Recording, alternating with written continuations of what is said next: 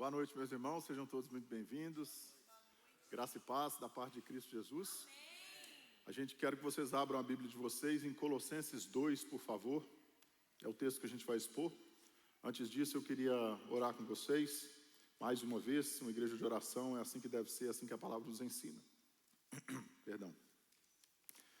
Senhor, eu te louvo e te agradeço por mais essa noite. Estamos aqui entregando a nossa adoração ao Senhor. Te agradecemos porque o Senhor é bom e até aqui o Senhor tem nos sustentado e nos ajudado. Abençoa essa igreja, Senhor, abençoa o seu povo, que essa terra seja conhecida como uma terra, uma nação santa. E esse povo seja conhecido como uma nação de sacerdotes, povo seu, pela sua palavra, pela genuína doutrina, pela santa fé. Senhor, de mim mesmo eu declaro total dependência no Senhor para essa noite de hoje. Que da minha boca não sejam ouvidas as minhas palavras, mas as suas, e que a minha presença aqui não seja vista, mais a sua, para que o seu nome seja glorificado nesse lugar. E assim nós louvamos e adoramos, em nome de Jesus, amém. Amém, aleluia, Jesus. Meus irmãos, a gente vai tratar de Colossenses 2, o pastor já falou Colossenses 1 para vocês na pregação anterior, mas eu vou fazer só um apanhado geral rápido para a gente ir para Colossenses 2, porque talvez hoje vocês me dão uma licencinha. Eu vou passar um pouquinho, só uns 10 minutinhos da hora, mas é importante, é uma das mensagens mais importantes que eu acho para a igreja atual. Colossenses, o autor de Colossenses é Paulo, tá? Desculpa, antes disso eu estou esquecendo da mensagem do pastor, senão me briga depois. O Luiz vai passar depois para vocês um cartãozinho no final, depois vocês lembram também, sobre a escola bíblica que vai começar daqui a 2 semanas, 2 semanas. Depois vocês pegam, por favor, e se quiserem vir, estão muito convidados, muito bem convidados, vai ser uma honra ter vocês lá. Eu acho que é muito importante para a igreja, para a edificação do povo do caminho, da comunidade da fé. Tá? Vocês estão convidados, tem o QR Code, vocês fazem a sua inscrição, está tudo lá certinho, mas a gente vai passar os bilhetes para vocês no final, tá bom? Não vão embora sem pegar não, por favor, tá? Muito bem, Colossenses, carta aos Colossenses, escrita por Paulo. Paulo estava durante a sua primeira prisão em Roma, mais ou menos ali por volta de 62 depois de Cristo. Epáfras, que era um outro discípulo, viu Paulo pregando em Éfeso. Epáfras era de Colossos. E aí, diante da maravilhosa pregação de Paulo, Epáfras volta para Colossos e funda a igreja de Colossenses. Depois, enquanto Paulo estava na primeira prisão em Roma, Epáfras vai visitar Paulo, e aí conta a Paulo das ameaças que a igreja de Colossos estava vivendo pelos falsos ensinos e falsos profetas, que tinham se infiltrado na igreja de Colossos e naquelas igrejas da região. Só para vocês contextualizarem, Paulo diz também que essa carta deveria ser lida pela igreja de Laodiceia. Colossos ficava em uma cidadezinha pequena que tinha sido muito importante, mas depois a sua importância foi tomada por Laodiceia e Herápolis, que eram 2 cidades maiores ao redor ali do que eles chamam de Vale do Rio Lico, na Frígia, Ásia Menor atualmente. Por que isso é importante? Porque você sai de Colossos aqui, Herápolis, Laodiceia, caminha um pouco, vai chegar até Éfeso, de Éfeso pelo mar Corinto, por terra para Filipos, até chegar a Roma. Por que isso é importante?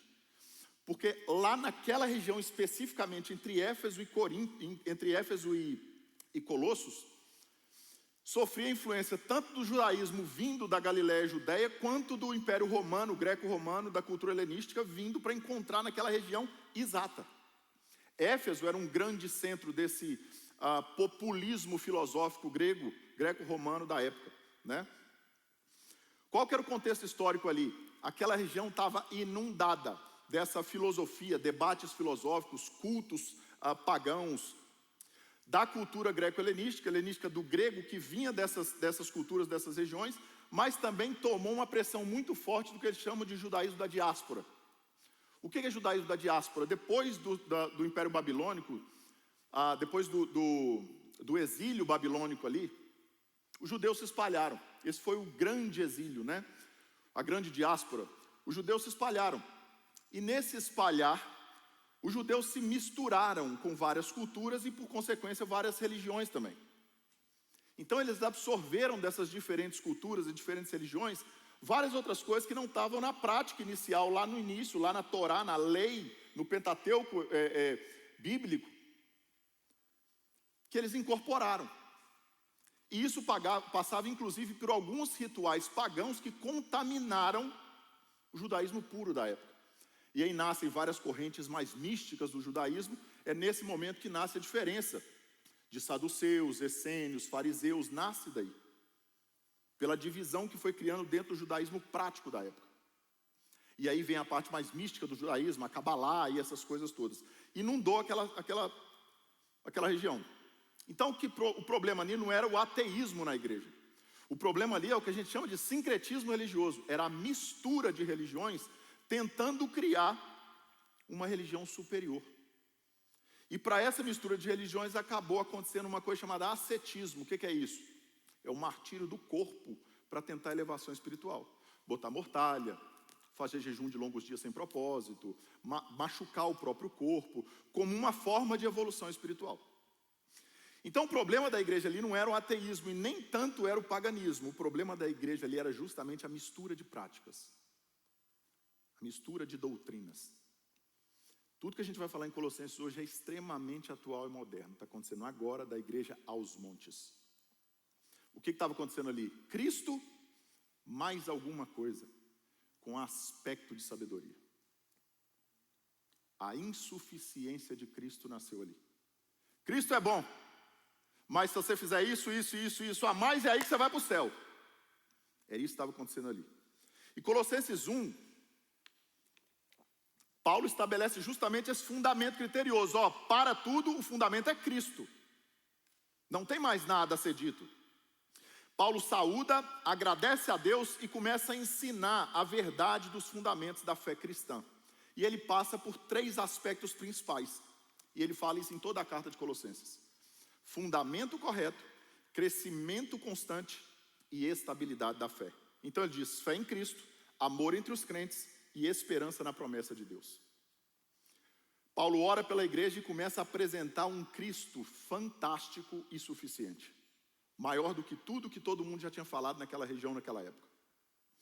Paulo diz assim, Cristo é suficiente. Se, é o único verso que eu vou ler para vocês de Colossenses 1, porque o pastor já pregou com vocês isso. Colossenses 1, de 21 a 23 está dizendo assim, a vós outros também que outrora erais estranhos e inimigos no entendimento pelas vossas obras malignas, agora, porém, vos reconciliou no corpo da sua carne, Cristo, mediante a sua morte, para apresentar-vos perante a ele santos, inculpáveis e irrepreensíveis, justos. Aí que vem a deixa, como diz o negócio. Se é que permaneceis na fé, alicerçados e firmes, estáveis. Alicerçados, fundamento e construção, crescimento, firmes, estáveis. Não vos deixando afastar da esperança do evangelho que ouvistes. Esse mesmo não mudou nada e não vai mudar, porque a palavra de Deus é imutável, inerrante, infalível. Essa que vocês já ouviram, então não se afastem dela, não busquem outras. Que foi pregada a toda criatura debaixo do céu, do qual eu, Paulo, me tornei ministro. Colossenses, então, é uma trincheira apostólica, que é dito na teologia. Um divisor de águas contra o desvio da igreja. Cristo é suficiente. E qualquer acréscimo como condição espiritual vira corrupção do evangelho. O que ocorria ali era uma oferta de um pacote de religião meio sofisticada, que pretendia subir o nível, aumentar um nível superior do corpo de Cristo, desconectado da cabeça que é Cristo. Então, tinha toda a vontade do crescimento, só não tinha o fundamento. É nesse ponto que Paulo começa a carta, que Paulo começa o capítulo 2 da carta de Colossenses, e aí eu vou expor o texto com vocês. No capítulo 2, Paulo começa: gostaria, pois, que soubesseis quão grande luta venho mantendo por vós, pelos laudicenses, e por quantos não me viram face a face. Paulo nunca chegou a Colossos, não deu tempo, ele morreu antes. E muitas daquelas igrejas pequenininhas ao redor do Vale do Rio Lico ali não viram Paulo também. Éfeso foi uma grande surpresa, Mas Paulo começa essa carta dizendo da luta, dessa grande luta. No grego está a palavra agona, que vem da palavra agonia, que dá origem à palavra agonia. É um combate físico, dá a intenção de uma luta física. O que Paulo está dizendo aqui? Paulo começa o capítulo 2 da carta dizendo da questão pastoral dele com a igreja. A ideia não é, a ideia não é só uma opinião pastoral. A ideia é uma batalha real pela perseverança da fé. Paulo diz assim: eu, como pastor ao qual as ovelhas de Cristo foram entregues, eu não vou abandonar vocês. E muitas vezes, essa é a função do pastor. Então Paulo deixa isso muito claro. Eu vou pegar no pé, eu vou puxar a orelha, eu vou botar no banco, eu vou botar no colo, eu vou ficar em silêncio e chorar junto, mas eu não vou abandonar vocês. Esse não é um negócio para mim. Então o cuidado pastoral não é só emocional, não é hora que ele abraça e te ajuda a chorar. O cuidado pastoral é muito mais, ou antes disso, doutrinário e espiritual. O trabalho do pastor é colocar a ovelha na direção certa. Agora, meus irmãos, deixa eu dizer uma coisa aqui para vocês. As ovelhas são de Jesus. Esse pastor que está aqui em cima do púlpito, não é o pastor Bruno. As ovelhas que são vocês, que são de Jesus, foram entregues a Ele, para Ele pastorear por um tempo aqui. A igreja é de Cristo. E as ovelhas são dele. E é Ele que traz as ovelhas para o pastor. As minhas ovelhas me ouvem e me seguem. Simples assim. Então Paulo está dizendo nesse primeiro verso: eu tenho a função e a tarefa de direcionar vocês. Às vezes vai ser passando a mão na cabeça, às vezes vai ser puxando a orelha. Mas abandonar vocês não está nos planos. E ele segue: para que o coração deles seja confortado e vinculado juntamente em amor, e eles tenham toda a riqueza da forte convicção do entendimento, para compreenderem plenamente o mistério de Deus, Cristo. Aí agora Paulo começa a destruir tudo, como diz no Goiás. Primeiro ele fala de consolo, o conforto de saber que apesar da perseguição, apesar da desqualificação, apesar do descrédito, apesar da vergonha, apesar de todo mundo tirar sarro, apesar de todo mundo debochar, ele diz assim: tenham tranquilidade, tenham paciência, vocês estão no lugar certo, a promessa foi feita a vocês. Esse livro, como diz a missionária de Mé, esse livro foi escrito para os filhos de Deus. Se você não é um filho de Deus, não se meta com isso. É simples assim. Agora, para você que é um filho de Deus, fique tranquilo, porque tudo isso vale a pena. Toda pressão, toda dificuldade, toda dor, toda vergonha, todas as vezes que alguém te desqualifica e te envergonha, a sua promessa é maior que isso. Aleluia. Você não é deste mundo, você está aqui de passagem. O seu mundo é a nova Jerusalém, na presença de Deus pela eternidade, sentado à mesa que o próprio Jesus pôs. Aleluia. Ele fala também da união pelo amor. Meus irmãos, unidade em amor. A verdade do Evangelho produz comunhão. Não produz separatismo na igreja, não produz divisão, não produz seita, nada disso. A verdade produz a união e a comunhão dos irmãos em amor. E ele termina esse verso dizendo dos mistérios de Deus que são Cristo. Mistério para Paulo aqui não é um segredo esotérico ou misticismo para poucos, não. Ele está dizendo o seguinte: isso que para vocês antes era mistério, porque vocês não eram judeus, isso só havia sido revelado aos judeus, agora foi revelado a vocês, gentios, por Cristo. Antes não havia sido revelado, e por isso para vocês era um mistério.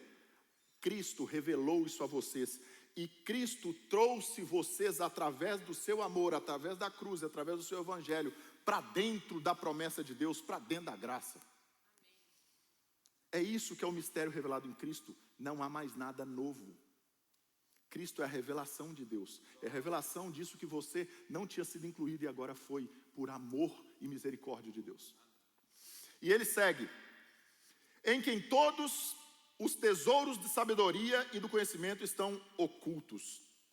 O tesouro aí, os prêmios, aquilo que eu posso conquistar, aquilo que eu posso ganhar, não está em nada que eu faça fora, não está em nenhum mercado de religião, não está em nenhum ritual, não está em nenhuma mandinga, não está em nada disso, mas na graça em Cristo.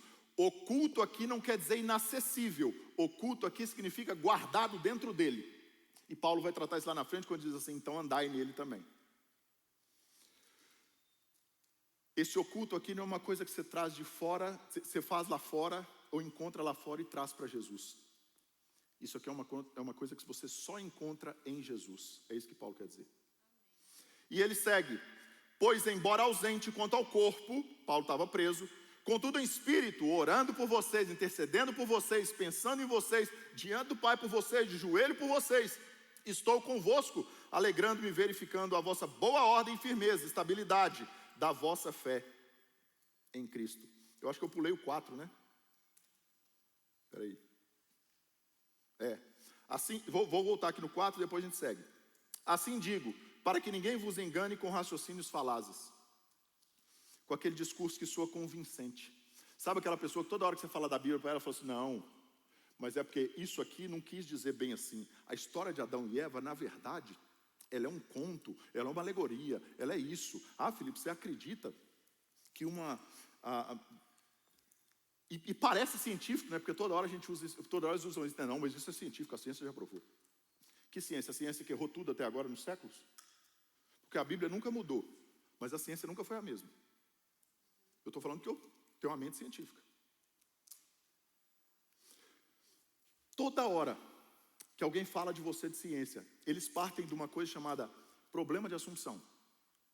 Que é assim, a ciência assume que Deus não existe sem nenhuma evidência. Porque não há evidências da não existência de Deus. Científicas não. Nós assumimos que Deus existe com um monte de evidências. A palavra deixada, os mistérios revelados, os milagres que aconteceram, a natureza, são mais de 20 e tantas constantes universais que tem que estar em conjunto, milimetricamente estabelecidas para que haja vida na Terra. Qualquer cientista sério, vocês podem pesquisar onde vocês quiserem, qualquer cientista sério vai dizer para vocês, não há outro lugar com vida no universo. Não há. Por quê? Porque vida, essas constantes se organizarem desse modo, é matematicamente impossível. Isso é ciência, para quem gosta de ciência. Matematicamente impossível. Não há vida no universo aí fora.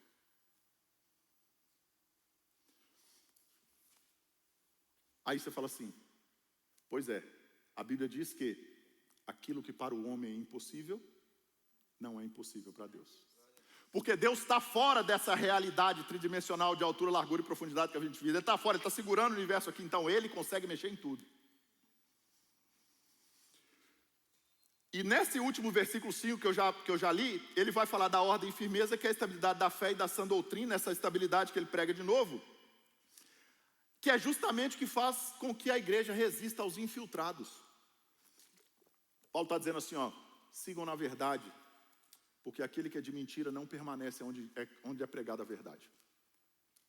Talvez seja por isso que um monte de igrejas cheias de efeitos estão crescendo, estufando, e as igrejas de palavra estão cada vez mais vazias. Natural, está escrito lá que a igreja seria perseguida, não seria aplaudida. Mas a sã doutrina, essa que prega a verdade, ela expulsa infiltrados, porque aqueles que são de mentira não conseguem conviver aonde a verdade é pregada. Simples assim. E ele vai seguindo. Ora, como recebestes Cristo, o Senhor com S maiúsculo de Deus, assim andai nele. Está aí a palavra grega em alto, quer dizer dentro dele. Andai nele, vocês já receberam a palavra, agora permaneçam. Então ele fala mais uma vez de estabilidade, de resistência, de permanência. A vida cristã é em Cristo, não tem técnica, não tem ritual, não tem exagero. E quando eu falo sem exagero, não é o excesso da paixão por Cristo, não, porque isso eu também tenho. O exagero é da palavra exagero de ir além. Não precisa ir além. Cristo tem tudo o que você precisa para permanecer na fé e chegar onde você deseja, na promessa que você tem. Não há mais nada a ser dito, não há mais nada a ser feito. Padrão de vida cristã é o próprio evangelho recebido. Simples, objetivo e uma coisa mais importante de todas, cristocêntrico. Do início ao fim da Bíblia, o Antigo Testamento inteiro é narrado, contado, olhando para frente. O Novo Testamento inteiro é relatado, olhando para trás. Os dois miram um meio, que é Cristo. Se você pegar a primeira palavra da Bíblia, que é Bereshit, a última palavra da Bíblia, que é Amém, pegar as primeiras sílabas, a primeira e a última sílaba delas, juntar, dá a palavra em hebraico Ben, que quer dizer filho. Eu já falei aqui para vocês, vou repetir. O tetragrama do nome de Deus, quando ele diz seu nome a Moisés no Êxodo, ele diz Yod-He Vav-He, que quer dizer em hebraico literalmente aquele que revela o prego na mão. A Bíblia é um livro escrito para o Filho de Deus. É sobre o Filho de Deus. Nós fomos embutidos aí por puro privilégio. Mas é a história de Cristo. Um rei que desceu do seu trono para buscar um escravo. Por puro amor e misericórdia. Sem que esse escravo tivesse feito absolutamente nada para merecer. Aliás, ele fez tudo para não merecer. Estou falando de mim mesmo. Estou pregando para mim mesmo. E ele segue. No 7. Nele, então, radicados, no grego está enraizados, edificados e confirmados na fé, tal como fostes instruídos, crescendo em ação de graças. Aí começa a ficar interessante, mais interessante. Enraizados, fundamento. Edificados, crescimento. Confirmados, estabilidade. Quando a gente tem o fundamento certo, o crescimento é constante e isso cria estabilidade na fé. E o resultado, o fruto do fundamento correto, o crescimento constante, a estabilidade da fé é gratidão.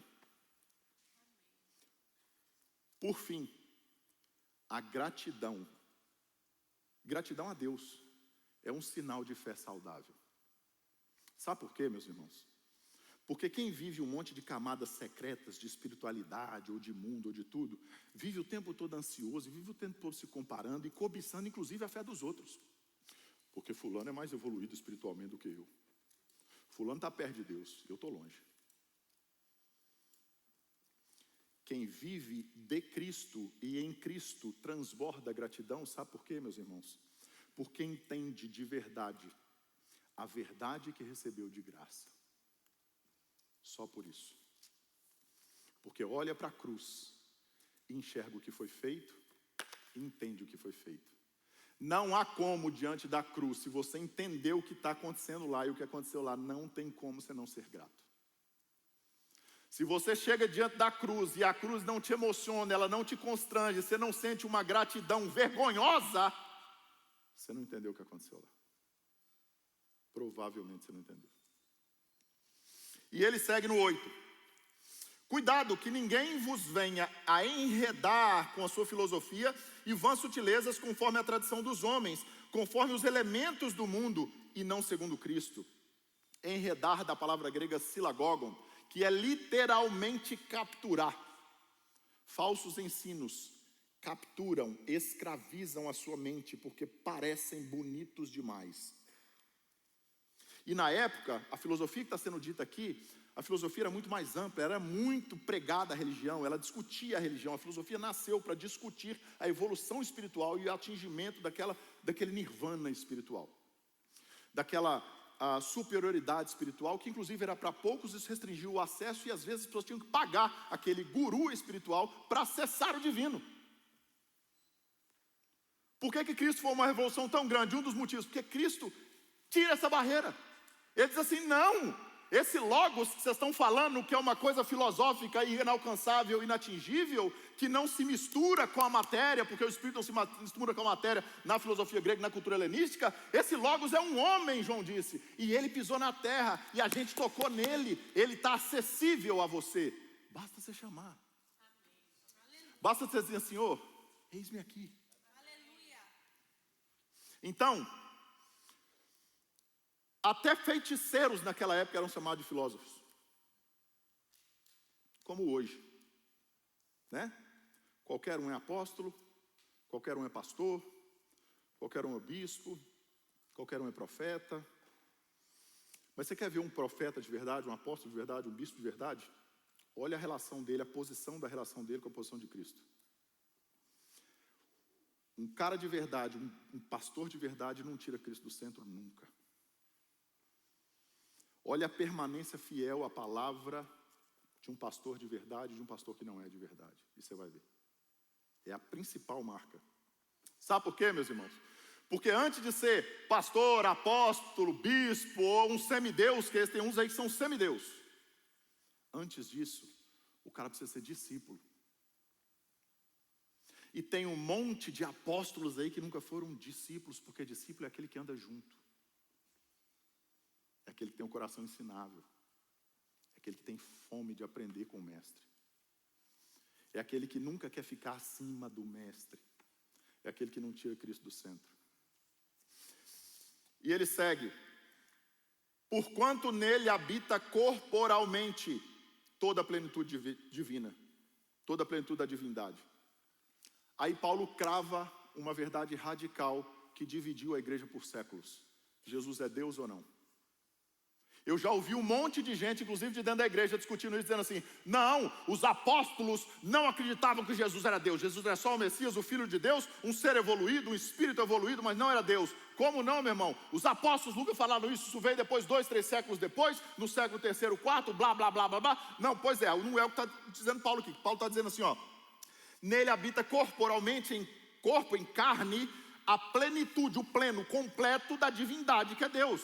Paulo está dizendo radicalmente, Cristo é Deus.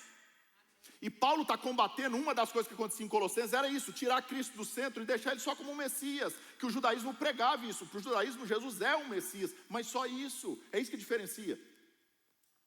E aí Paulo está dizendo, não, eu combato radicalmente toda ideia contrária a isso, contrária a qualquer tipo de não a definição da encarnação de Deus. Deus tabernaculou, Ele encarnou e veio ser revelado como Cristo, o Filho de Deus.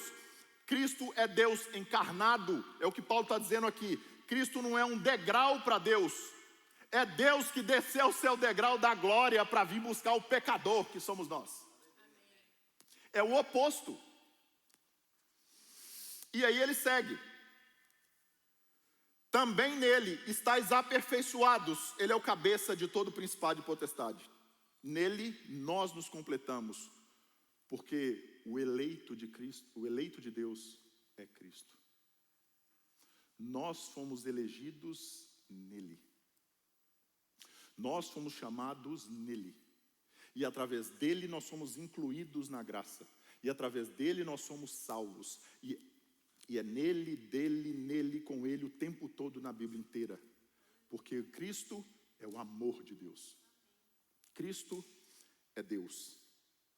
Não precisa de ritual com anjo, não precisa de santo, não precisa de intermediário, de papa. Me desculpem com todo respeito aos nossos irmãos católicos. Não precisa de nada disso. Porque Cristo quebrou a barreira e nos deu acesso direto ao Pai. E é isso que Paulo está dizendo. Não há filosofias modernas, não há teologia moderna, não há nada disso, novos ensinos. Cristo é o suficiente, como sempre foi lá atrás, até agora, aí vai ser para sempre. E Cristo é Deus. Assim como os apóstolos tomaram um susto quando estavam lá dentro do barquinho, no meio da tempestade, de Cristo disse assim, vento, para. Eles lembraram da história lá do Êxodo, das pragas. Cada praga daquela, não sei se já pesquisaram sobre isso, mas cada praga daquela era Deus superando um falso deus egípcio. Eram 10 deuses egípcios, falsos deuses, e Deus disse assim, é o Deus da fertilidade do solo? Vou fazer podre. É o Deus da água? Vou fazer sangue. É o Deus das rãs, que tinha a cabeça de rã? Vou dar um enxame de rã que vai apodrecer tudo e comer tudo. Então ele foi botando por água abaixo, ele foi derrubando cada falso deus daquele. Por quê? Porque Deus controla a criação. E aí quando eles estão lá no Novo Testamento, quando eles viram Jesus mandando o vento parar e o vento parando, eles tomaram um susto e falaram, quem é esse que até os ventos o obedecem? Aí é que eles falaram, eles chegaram à conclusão, só um pode perdoar pecados, ressuscitar mortos e controlar a criação. Esse que está em pé na nossa frente no barco é Deus. Aleluia. E ele segue no 11. Nele também foste circuncidados, não por intermédio de mãos, no despojamento do corpo da carne, mas da circuncisão de Cristo. Eu sei que está diferente aí no versículo, mas eu estou lendo, eu coloquei aqui porque mudou um pouquinho no original, faz mais sentido no original, vou ler de novo com vocês. Nele também foste circuncidados, não por intermédio de mãos humanas, no despojamento do corpo da carne, mas da circuncisão em Cristo. Circuncisão era o sinal da aliança. Agora não precisa mais. A aliança não mais é feita com Deus pelas práticas. Ela não mais é feita com Deus pelas mãos. Não é nada que você possa fazer, não é nada que você mereça, não é nada que você possa entregar, não é nada que você possa dar, não é nada. A aliança agora ela é espiritual, ela não é humana. Cristo fez a aliança por você. Quando Ele derruba o sangue dele na cruz por você, Ele está fundamentando essa aliança para você ser incluído nela, sem nem ter participado disso. Cristo foi responsável por você ser reformado da sua velha natureza dominada pelo pecado. Cristo te separou. Circuncisão, te separou daquilo que não presta, daquilo que suja, daquilo que atrapalha, daquilo que apodrece. Ele te extirpou. E aí vem a parte mais legal de todas, ou uma das mais legais, pelo menos para mim. Tendo sido sepultados juntamente com Ele no batismo, no qual igualmente fossem ressuscitados mediante a fé no poder de Deus que o ressuscitou dentre os mortos. Batismo então é um pacto, é a declaração de um pacto da união com Cristo, mas mediante a fé. Por isso que o batismo tem que ser uma declaração de fé. Não tem mistérios, é o evangelho aplicado à fé e a fé aplicada ao evangelho. É uma declaração pública de que eu agora desejo ser propriedade de Cristo. E por isso eu faço um pacto de vida com Ele, não só de morte. Porque se você me diz assim, Felipe, eu tenho coragem, eu sou macho, caba macho, como diz no Goiás, eu sou macho e eu tenho coragem de morrer pela minha família. Eu morro pela minha mulher. Deixa eu te perguntar uma coisa. Você tem coragem de viver por ela? Porque morrer por ela é fácil, cara. Difícil é viver por ela. Você tem coragem de morrer pela sua família? Todo mundo que tem.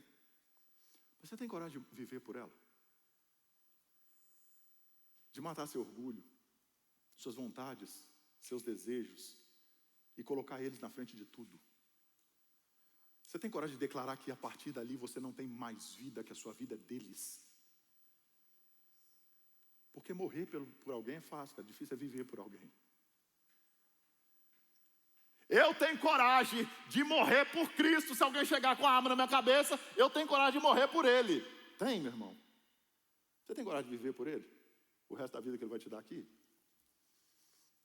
Pegar tudo que você tem e falar assim, Cristo, toma, é seu. Eu não quero saber de mais nada. É seu. Faz o que você quiser. Eu quero viver para o Senhor. Seja comeis, seja bebeis, façais qualquer coisa para a glória de Deus. Aleluia. Aquele que quer vir depois de mim, largue tudo, pegue a sua cruz e me siga. Aos montes, cara, está isso na palavra. É simples de entender. Que dificuldade é essa de entender? E tudo que a gente faz é resistir e teimar. Então morrer por Ele é fácil. Eu quero viver por Ele. Porque Cristo Cristo vive por nós, morre por nós e continua vivo por nós na eternidade com marcas no seu corpo, para declarar ao universo inteiro pela eternidade que o seu saldo está pago e agora você merece ir para lá. Vivo. E ele segue. E vós outros,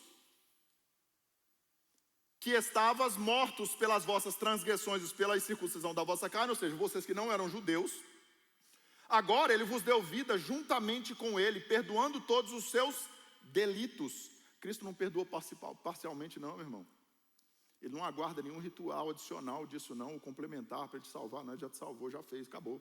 Está feito, está consumado. Está limpo. A vida nova vem junto com o perdão total que Cristo deu na cruz. E aí ele chega na parte, eu vim falando a parte mais interessante, essa é a parte mais interessante. E ele fala para mim o grande ápice do capítulo 2, 14 e 15, que ele vai dizer assim, ó. Tendo cancelado o escrito de dívida que era contra nós e que constava as ordenanças, o qual nos era prejudicial, removeu inteiramente e encravou na cruz. O escrito de dívida, quando alguém era preso no tribunal romano, o escrito de dívida pegava um papel, um pergaminho, escrevia tudo que ele devia, os crimes e tal, tudo que ele estava devendo. E quando ele era condenado à morte na cruz, isso era pregado na cruz, para todo mundo entender por que ele morreu. O que Cristo fez? Pegou a minha e a sua dívida, está aqui, ó, está pago. Está pago. Acabou. Quem foi absolvido? Cristo paga a dívida, perdoa a dívida e limpa o histórico. Quem foi absolvido por Cristo não volta ao tribunal dos homens. Quem foi absolvido por Cristo não aceita a acusação do demônio. Nós não somos mais condenados pela lei ou por dogmas religiosos, porque Cristo cumpriu a lei e serviu de sacrifício perfeito por aqueles que não cumpriram. E aí ele arremata tudo dizendo assim, ó: e despojando os principados e potestades, publicamente expôs ao desprezo, triunfando deles na cruz. Paulo está narrando um desfile romano triunfal de guerra. O Império Romano ia para a guerra, trazia os seus despojos, os espólios de guerra e os seus prisioneiros, e geralmente os generais e os reis vinham na frente, e eles desfilavam nas ruas de Roma para expor e envergonhar aqueles que tinham sido presos. A cruz. Aqui Cristo está expondo os poderes vencidos, os poderes espirituais malignos vencidos. A cruz é a constatação para o diabo de que o plano falhou. Vocês já pensaram nisso? Quando eu pensei nisso, minha cabeça explodiu, cara. Porque eu vim estudando um negócio e de repente eu falei assim, peraí, tudo que o diabo queria era eliminar a verdade, porque ele é o rei da mentira. Para que a mentira colhe, ele tem que matar a verdade. Ele falou assim, agora pronto, condenaram ele, vai morrer, agora tá bom. Mal sabia ele que ele era o Cordeiro perfeito. E sem pecado não há morte, porque a morte é o salário do pecado. Cristo não tinha pecados. E era tão cara, é uma vida tão cara, que quando ele morre, quando ele desfalece na cruz, o inferno treme. Diz assim, falhou. Por quê? Porque a gente achou que ele ia ser apagado, mas ao contrário, ele limpou a humanidade. Ele limpou o mundo. Então, a cruz, uma das coisas que a cruz fez é constatar que agora, essas forças espirituais de potestados e principados estavam agora sendo envergonhadas e humilhadas debaixo da liderança e da autoridade de Cristo, que agora ele prendeu elas e está expondo elas em vergonha. E ele vai seguindo, chegando mais para o final. 16. Ninguém, pois, vos julgue por causa de comida, bebida, ou dia de festa, ou lua nova, ou sábados, porque tudo isso tem sido sombra das coisas que haviam por vir, porém o corpo é de Cristo. Aqui ele está dizendo o seguinte, primeiro, vocês perceberam que Paulo não fica discutindo preferência, ele proíbe. Ele não fica discutindo a mentira não, ele apresenta a verdade. Ele não fica discutindo o errado, ele apresenta o certo. É como se a gente tivesse nos dias de hoje, alguém chamasse e Felipe, vem cá, vamos discutir aqui. Gente, pelo amor de Deus, nós estamos entre nós irmãos aqui e a gente, né, com todo respeito aos nossos irmãos, eu só estou dando um exemplo para vocês. É como se alguém sentasse aqui agora e fosse me chamar para discutir a divindade de Maria. Eu não vou discutir, cara. Por que não? Porque a Bíblia está dizendo que não é. Eu vou discutir o quê? Você quer saber de Jesus? Eu posso falar da verdade. Você quer saber da verdade? Jesus eu tenho como discutir. Eu vou ficar aqui discutindo espiritismo? Gente, eu fui espírita 4 anos. A Bíblia diz assim, não converse com mortos. Eu vou discutir espiritismo com alguém? Eu não vou. Você quer saber de Jesus? Posso falar da verdade. Eu vou chegar num culto de libertação e vou ficar conversando com um demônio, gente. Pelo amor de Deus, você já viu Jesus discutindo com um demônio? Jesus senta na beira do rio e fala demônio, conversa aí, conta a sua história. Jesus nunca fez isso. Aí você vê nos cultos de libertação, sabe o que ele está falando? Fala, que diabo, o que você vem fazer aqui? Ó, isso nunca aconteceu comigo, mas se acontecer, a única coisa que eu vou falar é a mesma coisa que Jesus falou, sai. Ah, não quero saber, cala a boca, sai, não volte mais e não passe para ninguém. Não tem que ficar discutindo com o demônio, não, gente. A Bíblia está mandando não discutir, a Bíblia está mandando sair. Então não se discute a mentira, se apresenta a verdade. A gente combate a mentira com a verdade. A gente combate o falso com o verdadeiro. O errado com o certo. E aí Paulo está dizendo, então, não se prendam a essas coisas que foram do passado, porque isso é sombra do que havia de vir. Ele está citando o autor de Hebreus, lá em Hebreus 8, e que cita Jeremias 31, quando ele vai discorrer, e vai vir um dia, eu vou pegar Jeremias 31 para vocês aqui. Espera aí só um pouquinho. Apesar que eu estou empolgado mesmo já. Jeremias 31, 31. Isso está falando lá em Hebreus 8, tá? Ele está falando assim, ó. Eis aí, vem dias do Senhor em que firmarei nossa aliança. Presta atenção, lá no profeta Jeremias. Eis vem dias, diz o Senhor, palavra do Senhor, em que firmarei nova aliança com a casa de Israel e com a casa de Judá, não conforme a aliança que fiz com seus pais no dia que eu os tomei pela mão para os tirar da terra do Egito, porquanto eles anularam a minha aliança, não obstante eu os haver desposado, diz o Senhor. Porque esta aliança que eu firmarei com a casa de Israel, depois daqueles dias, lá no futuro, na mente lhes imprimirei as minhas leis. Não estarão mais nas tábuas, nem nos pergaminhos. No coração lhes escreverei. Eu serei o seu Deus e eles serão o meu povo. E lá na frente ele vai terminar dizendo assim: e eis que vem dias, diz o Senhor, em que essa cidade será reedificada para o Senhor. Esta Jerusalém jamais será desarraigada ou destruída. A nova Jerusalém que virá. Então Paulo está dizendo assim, ó, tudo isso aí é sombra do que vinha sendo anunciado lá atrás. Tudo isso que vocês praticavam era para anunciar Cristo. Agora passou, Cristo veio. Então o corpo é a realidade. A sombra aponta para uma coisa maior que é o corpo. O corpo é a realidade. Agora, o corpo parte da cabeça. E a cabeça é Cristo. É quem controla tudo. Então voltar à sombra, voltar à lei como se isso fosse o fim, é inverter a ordem da revelação. João está dizendo, tudo que foi feito por ele, para ele, e sem ele nada do que teria sido feito se fez. Ele é o princípio. Aí lá no final o próprio Jesus vai dizer assim, eu sou o alfa e o ômega. O alfa e o ômega, o princípio e o fim. Jesus é o princípio e o fim. Foi ele mesmo que disse. E ele vai terminando dizendo o seguinte, ninguém se faça árbitro, julgue vocês, pretextando humildade, com uma falsa humildade, e cultuando anjos, demônios, espíritos, santos e tudo mais, baseando-se em visões ou milagres, para ficar enfatuado, ou seja, para ficar cheio de orgulho, sem motivo algum, na sua mente carnal.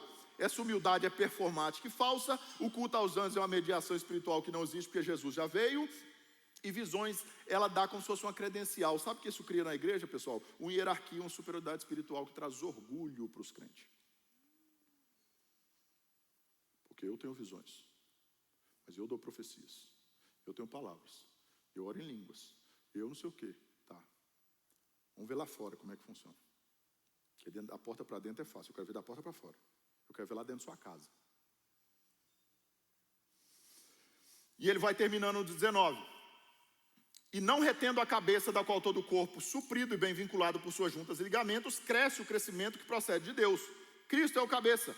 A igreja cresce pela conexão com ele, não por misticismo, práticas ritualísticas ou intermédio de ninguém. Paulo termina Colossenses 2. E eu já estou caminhando para o final. Se morrestes com Cristo para os elementos do mundo, porque como se vivesses do mundo, vos sujeitais às ordenanças. Não manuseis isso, não proves aquilo, não toques naquilo outro, segundo os preceitos e doutrinas dos homens. Vocês já morreram com Cristo e morreram para o procedimento do mundo, para os elementos do mundo, já morreram para esse mundo. Por que vocês vivem aqui como se ainda pertencessem a Ele? Aceitando todas essas regras absurdas. Pois todas essas coisas com o uso se destroem, elas são corruptíveis, elas são falíveis, tais como o culto de si mesmo e da falsa humildade, de rigor ascético, que é essa que machuca o próprio corpo. Todavia, nada disso tem valor algum contra a tentação e contra o pecado. Essas coisas da carne perecem, elas acabam. Meu avô dizia que caixão não tem gaveta. Você não vai levar nada daqui, mesmo se levar, se as suas do céu são de ouro, você vai pisar nesse esterco, como diz Paulo. Ah, mas eu estou deixando para as novas gerações. Sim, mas vai acabar para você. Você não vai levar. Agora, a Bíblia diz assim, ó, não acumule tesouros na terra onde a traça corrói e os ladrões roubam, mas os ladrões roubam. mas acumule tesouros no céu, onde a traça não corrói, os ladrões não roubam. Por quê? Porque aquilo que é do Espírito permanece, não degenera e é salvo pela eternidade. Santidade não nasce de proibição externa, legalismo infundado, mas da união com Cristo. E é isso que Paulo vai falar no capítulo 3 de Colossenses. Trocar o evangelho por sistema de crenças, qualquer um que seja, e proibições, quaisquer uma que sejam, não mata o pecado, ela só molda um orgulho diferente, uma nova forma de orgulho. Mas cuidado. Cuidado para você não confundir legalismo com vontade de obedecer. Hoje em dia é comum na igreja que aqueles que gostam de obedecer sejam tratados de legalistas. Fulano não bebe, também não toma nenhuma tacinha de vinho, legalista. A irmã só usa roupa comprida, legalista. Pois é, sabe o que acontece, meu irmão? A diferença aqui é uma só, a diferença aqui é Cristo. Aquilo que está na Bíblia é ordenança. Aquilo que não dá, não está, é conversa fiada. Simples assim. Aquilo que está na Bíblia a gente obedece, aquilo que não está, você entra em acordo. O difícil entre o legalismo e a vontade de obedecer é você pegar o Instagram da irmã, às vezes está lá assim, ó, filha do Deus vivo, signo aquário. Aí não dá, irmã. Não pode. Não. O duro é você chegar num púlpito de uma igreja dessa maravilhosa, cheia de efeito, e tá o pastor pregando com a mega símbolo da Balenciaga desse tamanho no peito, maluco. Ou uma jaqueta de $25 mil da Louis Vuitton. Enquanto um irmão do banco não está conseguindo pagar a luz, cara. Isso é a diferença entre legalismo e obediência. Tudo me é lícito, nem tudo me convém. A Bíblia não fala sobre beber, fala sobre embriagar-se, mas também fala sobre você não escandalizar. E se para os seus irmãos estiver bebendo uma taça de vinho escandaliza, então não beba. É simples assim. A gente só sustenta um comportamento no longo prazo, se aquilo é verdade absoluta para a gente. Senão a gente não consegue carregar a máscara por muito tempo, não. Seu comportamento, como dizia um professor meu, anota esse negócio aí. Seu comportamento revela a sua fé. Foi uma das coisas mais duras de escutar que eu já escutei na vida. Seu comportamento revela a sua fé. O que a gente vê na igreja hoje, meus irmãos, é assim, ó. Você só vai destravar se você fizer um ritual desse aqui. Você só vai destravar se você subir a montanha não sei da onde. Se você for no culto de mistérios. Que mistério, meu irmão? Paulo está falando assim, ó. O mistério que é Cristo foi revelado. Que mais mistério vocês querem? O trem está revelado, gente. É só olhar para... Quer entender Deus? Os mistérios? Olha para Cristo. Não entendeu, não? A palavra dele está aqui. Ele está explicando tintim por tintim o que é para fazer. Quer entender os mistérios? Abre isso aqui e lê, ó. É fácil, simples de entender. Não existem mais mistérios. Os mistérios que são de Deus foram revelados em Cristo. Se você não viver aquelas experiências fantasmagóricas e emocionadas, orar em línguas, profetizar, não sei o que, nada contra quem ora em línguas, tá? Pelo amor de Deus, você ora em línguas quando você quiser. Eu só estou falando que o exagero vai criando na igreja, sabe o quê? Você não foi batizado porque você não ora em línguas. Fui sim. Fui sim, porque só eu e a minha esposa me conhecem antes de eu ser batizado pelo Espírito Santo. A desgraça e o maluco que eu era. E na noite que eu fui batizado pelo Espírito Santo, a coisa que eu senti, que eu não senti em 33 anos de vida, foi paz. Não foi nenhuma excitação, não. Eu não saí dando pirueta e rodando e pulando, subindo um pau de sebo no meio daquele pulando de costa, não. Deus só te aceita se você fizer um pacto não sei o que, a promessa não sei o que. Tinha um cara aqui nos Estados Unidos uns anos atrás que subia num púlpito, um pastor meio com cara de capeta, Deus me livre, cortava a mão e colava as mãos de sangue assim, ó. Tenha paciência, gente. Então o sangue de Cristo não foi suficiente, não. Porque é isso que ele está dizendo. O sangue de Cristo não é suficiente. Precisa do meu, porque eu sou maior que Cristo.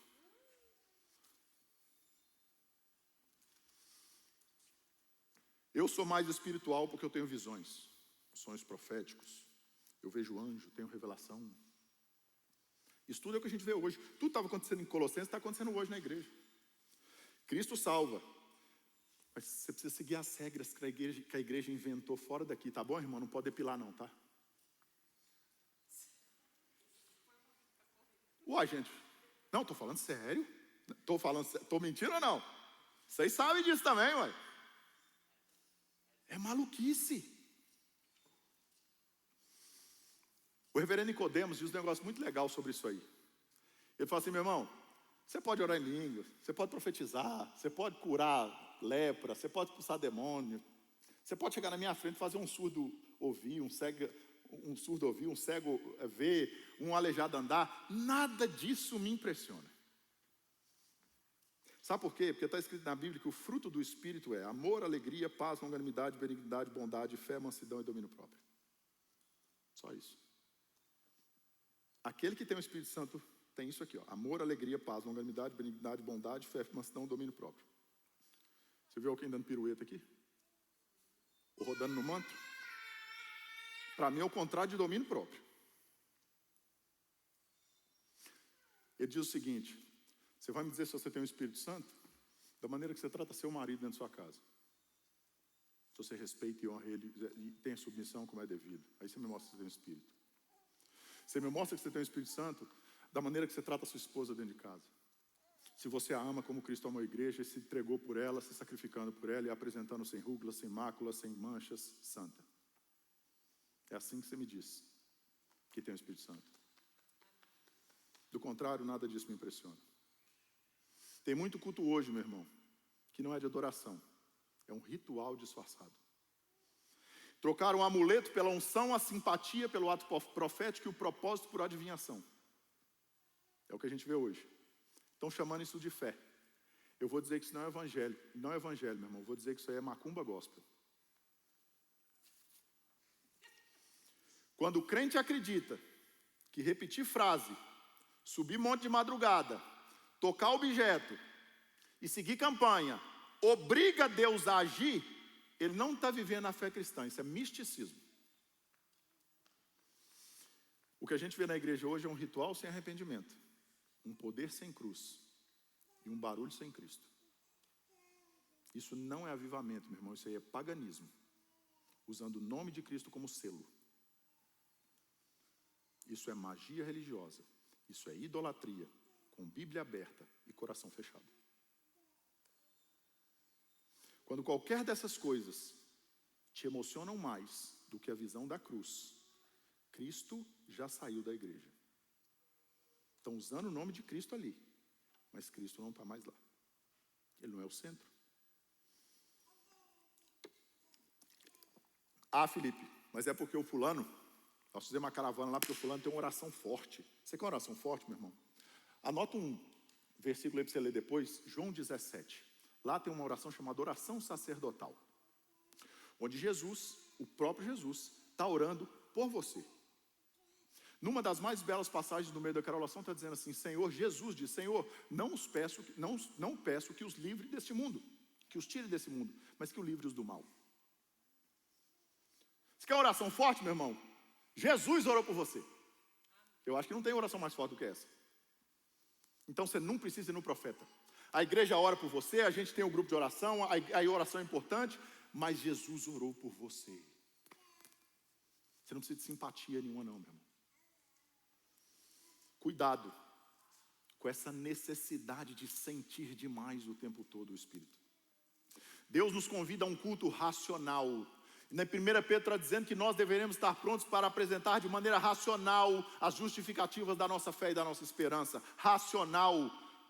Ah, Felipe, mas toda hora que você está aqui na igreja, um monte de vezes, a maioria das vezes a gente vê você chorando aqui, então você está dizendo que não sente nada, meu irmão. Quando eu choro aqui, eu não choro porque eu sinto nada não, eu choro de vergonha. É constrangimento. Quando eu olho para a cruz e quando eu olho para mim, eu choro de vergonha. Que aconteceu o que aconteceu lá e eu continuo não conseguindo fazer agora. Eu continuo desobedecendo, eu continuo mentindo, eu continuo pecando, eu continuo negando a Cristo. O meu choro é de vergonha, é de desespero, que mais um dia eu não dou conta.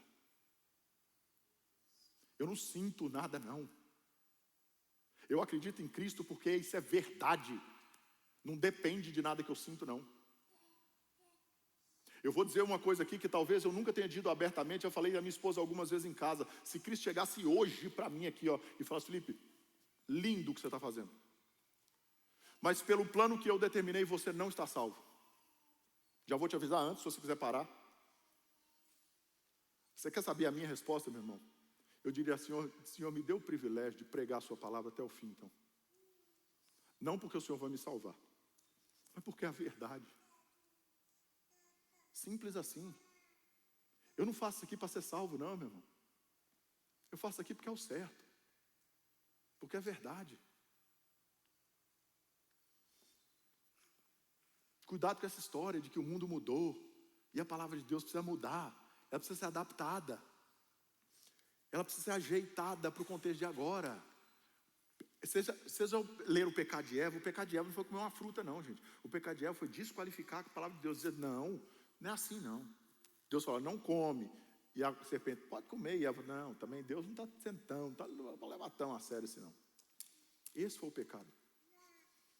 E você acha que o diabo vai tentar quem está dentro da igreja fazendo o quê? Aparecendo de chifre para você e rabinho, tridente? Você vai correr dele, irmão. Se ele chegar a tentar tirar você a força do evangelho, você vai correr dele. Sabe como o diabo tenta os irmãos dentro da igreja? Dizendo para você assim, ó: você quer falar sobre Deus? Beleza. Só que nós vamos falar do meu jeito. Essa história de Adão e Eva não foi bem assim, não. Essa história do rei Davi não foi bem assim, não. Essa história de Cristo não foi bem assim, não. Ah, Felipe, você está me dizendo que você acredita que um ser fantasioso, um fantasma judaico, fez duas pessoas e que começaram a humanidade. Essas duas pessoas comeram um fruto de uma serpente que falava. Aí passou um tempo, veio um grande dilúvio de água, não sei da onde. Uma família foi salva num barco, colocou um monte de animal lá que não tinha onde caber, mas coube. Aí depois um cara veio com um pedaço de pau, fincou na água, o mar se abriu, ele passou no meio. Aí aí passou mais para frente, o outro foi engolido por um peixe, ficou 3 dias na barriga do peixe, o peixe cuspiu ele virou um missionário. E aí depois lá na frente um cara que se dizia Messias, filho de Deus, se dizia o próprio Deus, foi pregado numa cruz e ressuscitou. Você acredita numa besteira dessa? Acredito, meu irmão, literalmente. Aleluia. Literalmente. Porque se eu desacreditar de um ponto desse, eu tenho que dizer que a cruz é mentira. Acredito literalmente.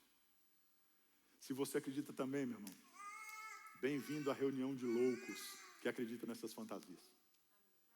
Porque Paulo diz no seu evangelho, em uma das suas cartas, assim, ó: o evangelho nos ouvidos daquele que não crê soa como loucura. É muito louco. Terminando, meu irmão, Deus, então, decidiu por você. Ele planejou você. Ele te escolheu. Primeiro ele te escolheu decidindo te criar. Depois ele te escolheu decidindo te eleger em Cristo e te separar para uma missão. Meu irmão, você tem propósito. E aí sabe o que acontece? Eu estava essa semana estudando, chamei a Renata para contar isso, vi os 2 versículos mais assustadores da Bíblia e vou caminhando para o final, dizendo exatamente isso para vocês. Estava lendo lá, de repente eu abro Jeremias 1, está dizendo lá: antes mesmo de estar no ventre, eu te conheci. Aí a gente pula lá para Mateus 7, 23. Aí lá em Mateus 7, 23, Cristo fala assim, ó: apartai-vos de mim, eu nunca vos conheci. Os 2 falando dos profetas, daqueles que anunciam a palavra. Aí eu pergunto: peraí, qual dos 2 que é verdade? Os 2 são verdade. Em Jeremias existe uma versão sua que Deus conhecia, que Ele pretendia que você se tornasse. Em Mateus 7, está dizendo que a gente pode se tornar algo totalmente diferente ou o oposto. A tal ponto de Jesus olhar para você um dia e dizer assim: eu não conheço essa pessoa. Eu te conheci no ventre, eu sabia quem você deveria se tornar, mas você usou as suas escolhas para se tornar alguém diferente, oposto de quem eu te criei para ser. Talvez você esteja se conformando com os padrões desse mundo demais, a ponto de Jesus chegar para você, olhar para você um dia e dizer para você assim, ó: eu não sei mais quem você é. Eu sabia quando eu te criei. Eu não te conheço mais. Adão, cadê você? É a mesma pergunta. Cadê você? Cadê aquele Adão que eu criei?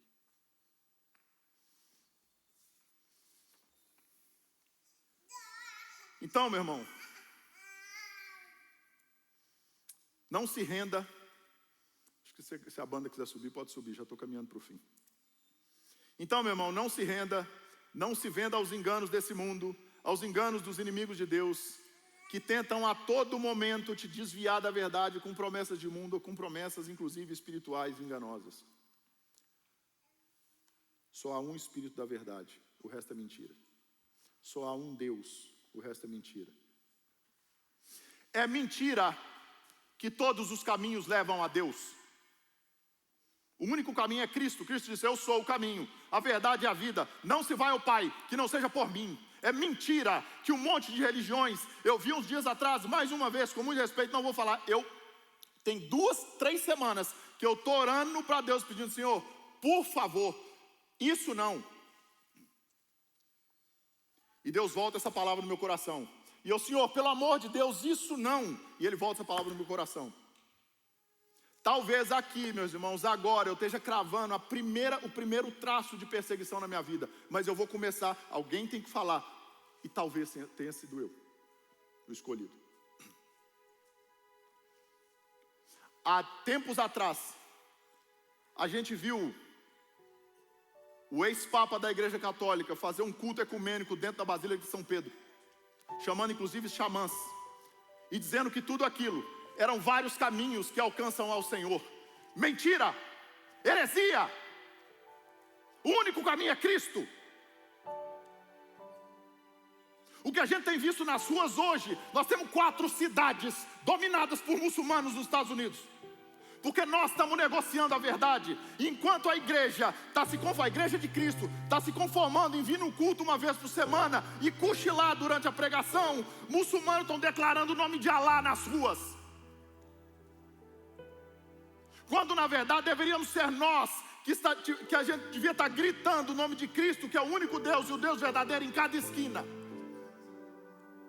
E está chegando, e a gente está dizendo: não, eles têm que falar, não, todos os caminhos levam a Deus, não, o Deus deles é o mesmo que o nosso, só muda de nome. É mentira, isso é heresia, não é o mesmo Deus.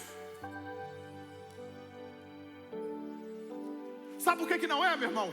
E eu fiz questão de pesquisar para te falar agora. E quem for escutar também, deixa eu contar para você, deixa eu te explicar a diferença entre Alá e Cristo. Quando você fala o nome de Alá, demônios vêm e a morte acontece. Quando você fala o nome de Jesus, os demônios tremem. Quando você fala o nome de Alá, os vivos morrem. Quando você fala o nome de Cristo, os mortos vêm à vida. Mohammed disse: mate os infiéis. Jesus disse: ame seus inimigos.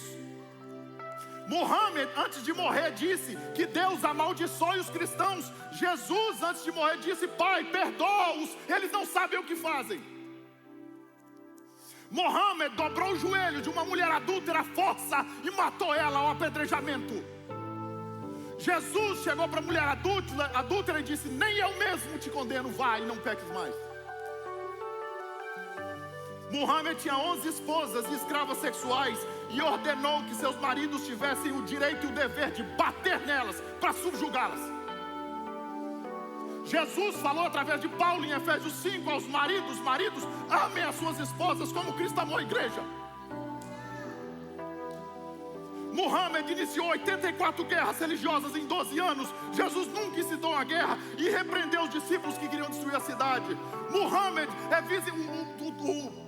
o túmulo de Mohammed é visitado todos os anos. Sabe onde enterraram, onde está o corpo? Sabe por quê, meu irmão? Porque Mohammed está morto.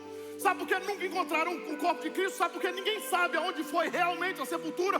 Porque Cristo vive. Essa é a grande diferença entre os deuses.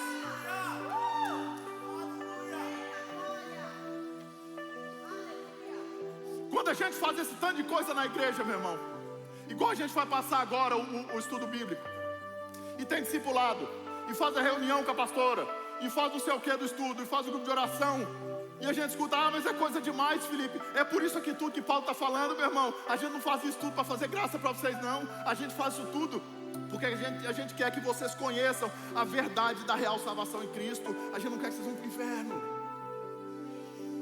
Assim como Paulo nessa carta. a luta que nós temos por vocês, cara, e por nós mesmos. O povo quer a bênção da aliança, mas não quer a fidelidade da aliança. E depois, o que a gente escuta quando alguma coisa acontece é assim: mas o que é que Deus quer de mim, Felipe? Sabe o que é que Deus quer de você, meu irmão? Deus quer que você perdoe. Deus quer que você ame. Deus quer que você persista. Deus quer que você insista. Deus quer que você espalhe o evangelho. Deus quer que você seja discípulo. Deus quer que você seja testemunha. E testemunha só consegue falar daquilo que viu, ouviu e viveu. Eu quero terminar essa pregação de hoje lendo o Salmo 121 para vocês. Eleva os olhos para os montes, de onde virá o meu socorro. O meu socorro vem do Senhor que fez os céus e a terra. E Ele não permitirá que os teus pés vacilem. Não dormitará aquele que te guarda. É certo que não cochila e nem dorme o guarda de Israel. O Senhor é quem te guarda. O Senhor é a tua sombra à tua direita. De dia não te molestará o sol, nem de noite a lua. O Senhor te guardará de todo mal, guardará a tua alma. O Senhor guardará a tua saída, a tua entrada, desde agora e para sempre. Meu irmão, não tem anjo, não tem espírito, não tem imagem, não tem santo, não tem nada. É Deus quem te guarda, como foi no deserto, quando Ele era com a sua nuvem, quando a coisa tinha ficado quente demais na sua vida, Ele foi a nuvem para te dar um pouquinho de conforto. Quando a coisa estava começando a esfriar demais, Ele abriu um pilar de fogo para te esquentar. Quando tudo parecia um caos, Ele diz assim: haja ordem, haja luz. E aí você conseguiu ver. Quando de repente parecia que estava tudo indo por água abaixo, Ele te trouxe um barquinho para salvar sua família. Quando parecia que você ia ser pego, que as condições da vida, as aflições da vida iam chegar e iam te destruir, Ele abriu o mar. Foi Cristo que fez. Foi Cristo que fez aquilo que estava podre voltar a ser palatável, e você conseguir suprir, você conseguir beber. Foi Cristo que, quando pareceu que as provisões tinham acabado, fez cair a provisão suficiente necessária do céu dia após dia sem faltar.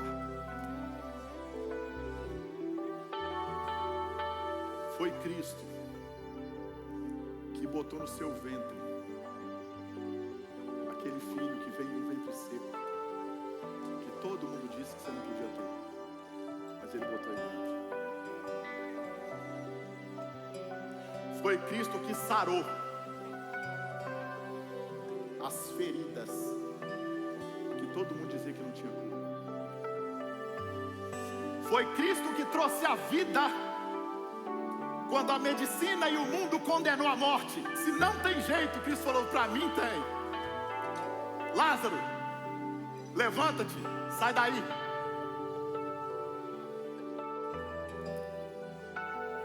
Foi Cristo que limpou a mim e a você, quando nós mesmos não conseguíamos nos limpar, porque estávamos sujos demais. Foi Cristo que foi pregado naquela cruz, quando era para eu estar lá. Foi Cristo que morreu para eu poder viver. Foi Cristo. A suficiência é Cristo, meu irmão. O mecanismo é a fé. A obra é testemunho. E a salvação é graça, é presente. Então, meu irmão, permaneça. Vale a pena. Deus abençoe vocês.